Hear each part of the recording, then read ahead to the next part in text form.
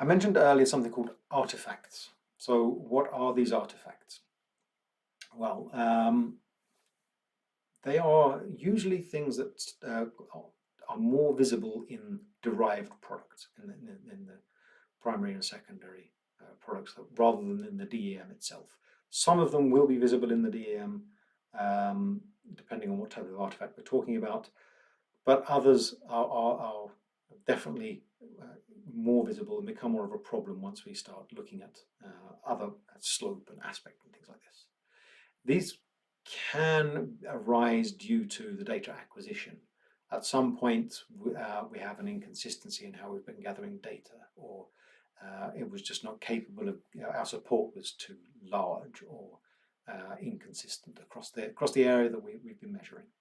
Or they may arise because of our interpolation method.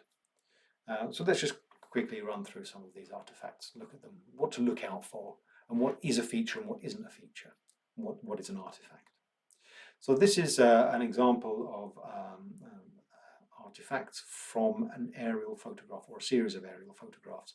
And we can see in the contour lines here, you get these strange features, these linear features here.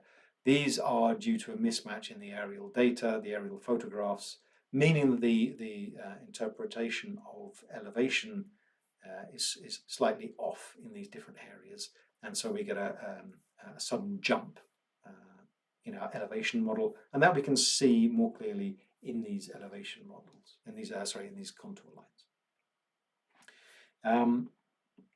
We can also see another type of artifact when we look here. Here we have slope. This is the same area, the same study. In the slope, we can see these triangles more clearly. They weren't terribly evident. If we go back, this is the same DEM, the blue colouring underneath here is the DEM. And from that, we can't really see terribly many problems. It looks fairly smooth. But actually, once we derive the slope, these facets of the tin become more visible, and we can see that sort of triangulation.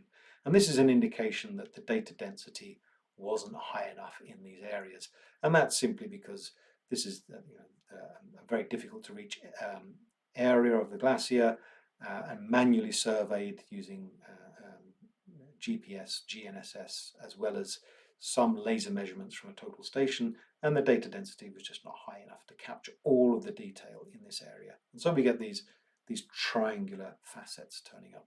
Here, where the data density was very much higher and not as much was happening, the triangular facets aren't particularly evident. We can't see them. So here things are good enough. Here, perhaps not. So yes. Artifacts, the slope of Krieg DEM. So here we have our DEM. Again, DEMs tend to look quite dull. And this is that we're putting the points on. And then once we calculate the slope, so we sampled the DEM, if you remember in the previous section of the lecture, we had our original DEM. We get this. We put these random points on there. We created our new sampled DEM using Krieg, and we get this nice, smooth, double surface. It looks smooth and nice. And even in that, we get these artifacts. So once we go to the calculate slope on this DEM, because the data density was not high enough, and because it wasn't representative, the variogram wasn't really doing its job, because we have too many different types of surfaces in this area, we can end up with this rather odd-looking image. So this tells us that there's a bit of a mismatch in the support or the data density for our DEM, and we end up with these peculiar features.